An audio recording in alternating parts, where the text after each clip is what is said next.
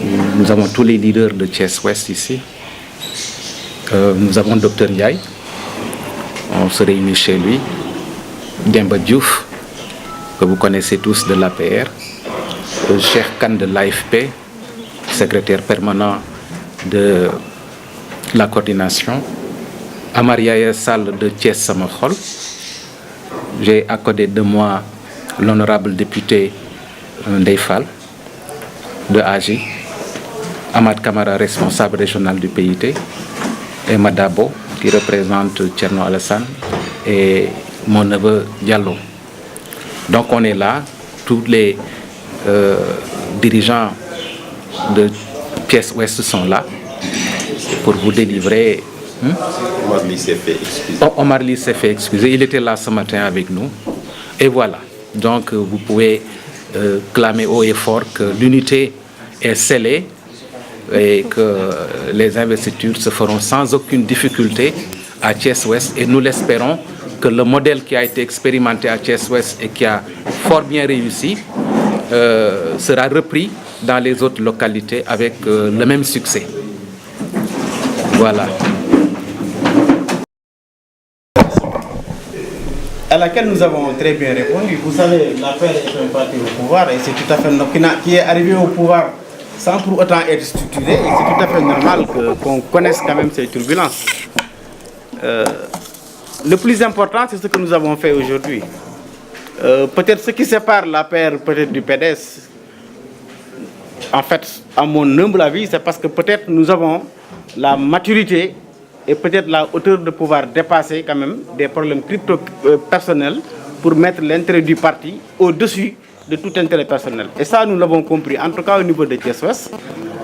S'il est vrai qu'en fait, nous avions des clivages politiques, nous ne nous sommes pas entendus sur le plan politique, pour certains.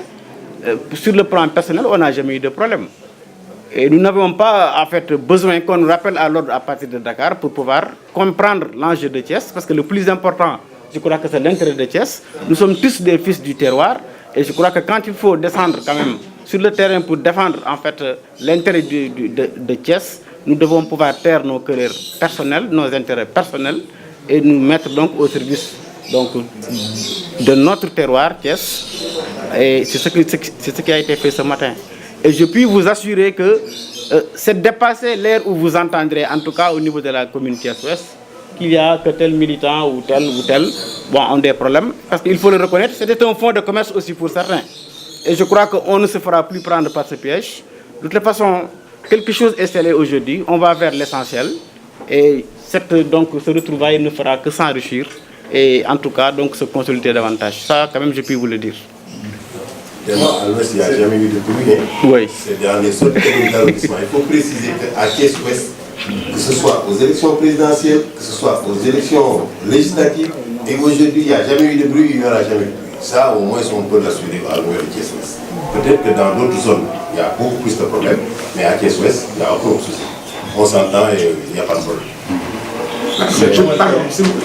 Je pense qu'aujourd'hui, la présence des différentes sensibilités au niveau de la Thiès-Ouest, ici représentées, suffit largement pour montrer qu'aujourd'hui, on a une nouvelle dynamique, une dynamique unitaire.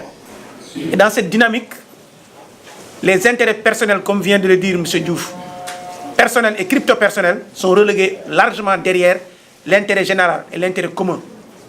Car aujourd'hui, le seul défi qui nous incombe, c'est la victoire.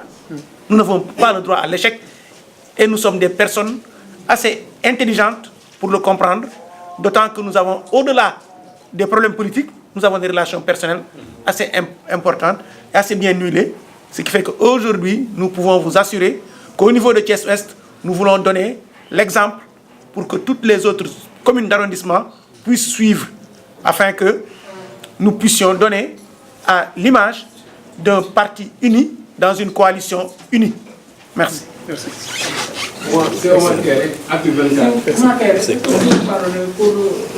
Parce que nous nous sommes retrouvés ce matin à l'Ouest pour proposer des baromètres, des paramètres pour établir éventuellement la liste Benno Bokk Yakaar pour la commune de Thiès-Ouest. Le même modèle qui a été expérimenté à l'Ouest, qui a été accepté sans aucune difficulté avec toutes les parties prenantes qui étaient là-bas. On l'a proposé à la conférence des leaders à l'hôtel-résidence et c'est passé comme lettre à la poste aussi. Revenez un peu sur les paramètres que vous avez mis en place. Ils sont de l'ordre de 2 pour l'essentiel, à première vue contradictoire, mais en fait ils se complètent. Le premier paramètre, c'est celui de l'unité. Il faut que nous mettions en place des listes d'unité, des listes de coalition, où l'essentiel des parties prenantes se retrouve. Mais il faudra aussi que ça soit une liste politique, une liste gagnante, une liste qui puisse mobiliser les populations. Et ça se fera sur la base des centres de vote. Chaque centre de vote sera identifié.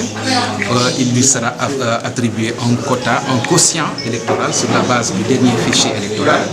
Et ce quotient-là établira le nombre de représentants sur la liste. Et ce nombre-là va être réparti entre les différentes parties prenantes sur la base maintenant des personnalités du coin qui sont les plus représentatives et les plus porteuses de voix. Voilà les deux paramètres. Alors, est-ce qu'on peut dire que les intérêts crypto-personnels au niveau de la commune d'arrondissement de Thiès-Ouest dans votre coalition de l'Empire sont aujourd'hui rangés aux autres?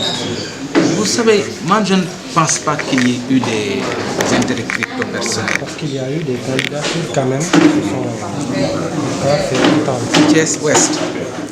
On s'est entendu. Si c'est le cas, c'est dépassé. Parce qu'on s'est entendu, vraiment, toutes les sensibilités, toutes, je dis bien toutes, étaient présentes aujourd'hui à la réunion de concertation. Et on s'est entendu sur l'essentiel.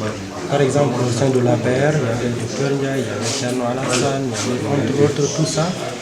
Vous mettez ça dans les mêmes... Mais ils se sont entendus. Dr Ndiaye et Thierno Alassane se sont entendus.